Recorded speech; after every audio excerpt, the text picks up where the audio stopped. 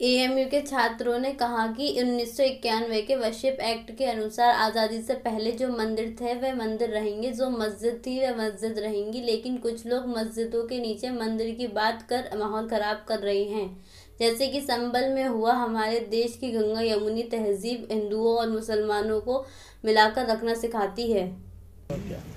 खड़े नहीं लगेंगे तो इस पे क्या फायदा ना। आरिफ भाई जो चाहे वो करें। कहाँ गए आरिफ भाई? गए आरिफ भाई की रिपोर्ट सही रहती है, वैसे यकीन है हमें, गद्दारी नहीं करेंगे कुछ ज्यादा। कहीं ये सब भी ना भेज दे, कैसे से बोल रहे थे। हम तो इसी यकीन पे चल रहे हैं। आज बैगन फोटो नहीं भाई, हेलो भाई, टीम नंबर पे डाल।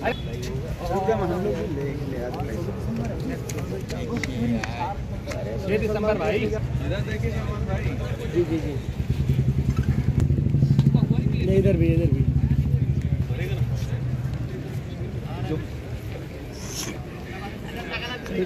हाँ, क्या मकसद है, क्यों हाथों पे काली पट्टी बांधी गई है? अच्छा, मैं अपनी बात शुरू करने से पहले एक बात कहूँ कि मिराज फैजाबादी ने कहा था कि अपने काबे की हिफाजत हमें खुद करनी है, अब अबाबीलों का लश्कर नहीं आने वाला।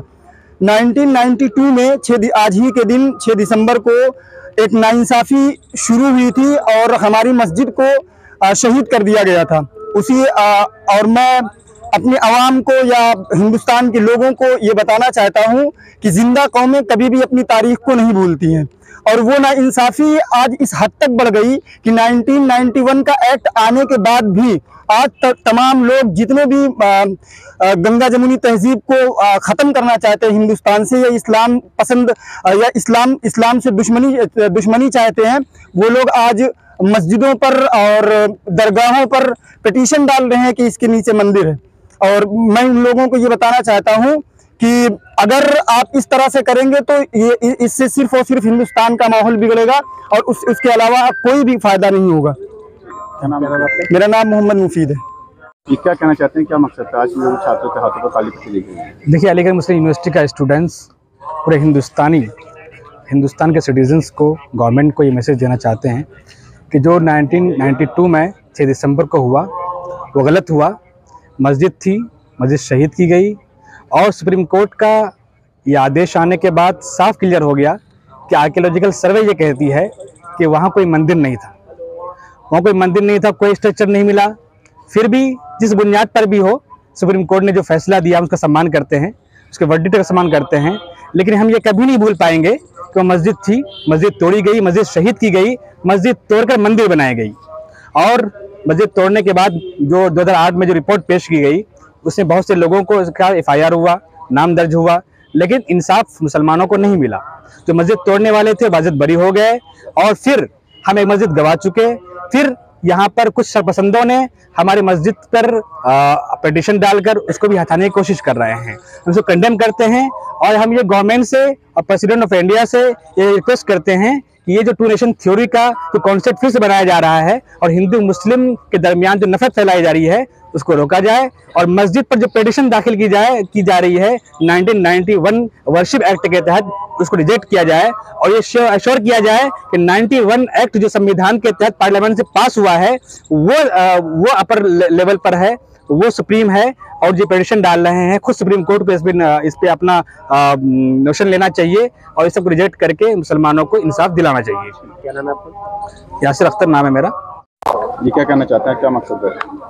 देखिए, आज अलीगढ़ मुस्लिम यूनिवर्सिटी के छात्रों ने ब्लैक डे मनाया गाली पट्टी बांधकर, और इस ब्लैक डे को मनाने का हक हमें जो है वो हमारा संविधान देता है, हमारा आइन देता है। एक बात। दूसरी बात ये है कि सुप्रीम कोर्ट के जजमेंट की बात होती है तो मैं उस पर ये कहना चाहूँगा कि सुप्रीम कोर्ट के रिटायर्ड जज ने कहा कि supreme court is supreme but not infallible. Supreme court का जो फैसला है वो फैसला है, सिर्फ वो इंसाफ नहीं है। और दूसरी बात ये कि सबसे बड़ी चीज़ इस देश में जो है वो हमारा कानून है, हमारा आइन है। जिस तरह से आप देखें कि संभल में और ख्वाजा मोइनुद्दीन चिश्ती की कब्र पर, और इस तरह से न जाने कितनी मज़ारों को, तकरीबन 5000 से ज़्यादा मस्जिदों को हिंदुस्तान में ये दावा किया गया है कि उनके नीचे मस्जिदें हैं। कोई भी जांच कमेटी हो, सबसे बड़ी चीज़ इस देश में जो है वो हमारा आइन है, हमारा कानून है। और जब कानून ने ये कह दिया कि जब हमारे कानून का ये एक्ट 91 एक्ट ये कहता है, 1991 एक्ट ये कहता है कि 49 से पहले जो चीज़ें जो मस्जिदें, जो भी धर्मशालाएं हैं, जो मस्जिदें हैं, जो पहले बाबरी मस्जिद के अलावा जो चीजें थी वो वैसी ही रहेंगी। तो ये फिर कौन लोग निकल आए हैं जो हिंदुस्तान, हमारे इस देश का माहौल खराब करना चाहते हैं, उस पर टुच्ची सी सियासत करना चाहते हैं। सबसे पहली बात ये। और दूसरी बात ये कि इस तरह की जो सियासत इस देश में हो रही है, आज इस जमाने में हमारे मुल्क को तरक्की करना चाहिए। आज इस जमाने में हम ये दावा करते हैं, हमारे प्रधानमंत्री नरेंद्र मोदी जी ये कहते हैं कि हम सुपर पावर होने वाले हैं, और ये दावा करते हैं सुपर पावर हो चुके हैं। उस जमाने में ये किस तरह की मंदिर मस्जिद की लड़ाई चल रही है, इसका जवाब किसी के पास नहीं है। ये सिर्फ इस देश को गलत डायरेक्शन में ले जाना चाहते हैं, और इससे ज्यादा कुछ भी नहीं। मैं ये बताना चाहता हूं कि जब तक हिंदुस्तान का मुसलमान जिंदा है, वहां पर मस्जिद थी, इसको कभी कोई भूल नहीं सकता। सुप्रीम कोर्ट का फैसला सराखों पर, लेकिन इस चीज को हम कभी हिंदुस्तान का मुसलमान नहीं भूल सकता कि वहां मस्जिद थी, और हमारा आज भी ख्याल है कि वहां मस्जिद है।